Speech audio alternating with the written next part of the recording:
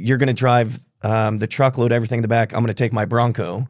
But when it's actually happening, you're like, no, obviously, I have, make sure my wife and, my together. grandma and, and our dog and stuff. So no, we really didn't grab, I'm saying even little shit, like when you're at home, I imagine you have like a favorite coffee mug.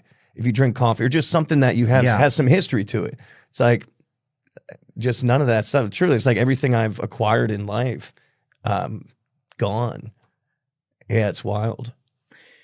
Was there feelings after that? Like, because that's like, that's such a, it's traumatic. Is there anything in a weird way, and I don't mean this, is there anything cathartic in some weird way about it? Does that sound crazy to think? Or is that not a real thing? No, I think. And maybe that's super. No, because there's some people that have lost, I don't know if it was their main home. There are certainly people that have talked about that kind of baptism of it. But I told Kelly, this was like a couple days after, I said, look, I know at some point, especially when we have kids, if we're fortunate to have kids, and we're giving them life lessons, that's what it's all about. Parent, you've been through the thing they're going through more or less. And I said, the fact that we'll be able to sit down with our kids and say, when your mother and I were, your age or this age, we lost everything and we figured it out. And I know that as a couple, that really is going to just make us stronger.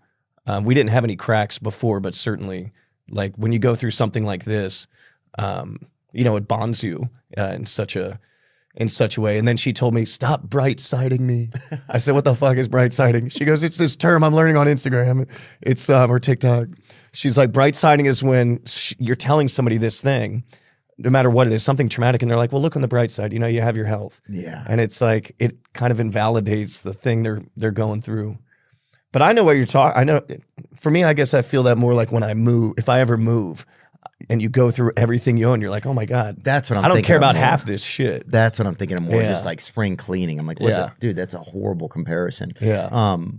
But yeah. No, but it's valid. I had this director I worked with, his house burnt down, and he felt like it was, and we know, right, you shouldn't have attachment to things, right? That doesn't really fill you up as much as relationships do and this and that. But the things I'm talking about, they weren't, even though they're considered material, it was just a home. Yeah, yeah, that's true. And that's the other feel of just like not having whatever home means to you, like a place where you go back, it's yours. Like we've been getting kicked out of rentals. Like they tell you we have it for 3 months. They're like, now somebody else coming in.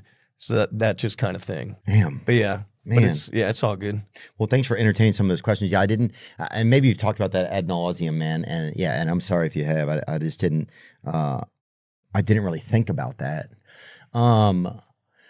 I watched your movie, dude. Yeah, what'd you think? I watched it last night, man. I thought it was really great. I thought it was one of the things you talked about a few minutes ago made me kind of even think about it. It was like when you look around your rental place that you're at now, that there's not even things that are there's not pieces of you that are spaces or memories, or you can walk past something and think like, oh, Kelly and I were there. Or that's one of our first vacations, or that's where we got a dog, or different things like that, right?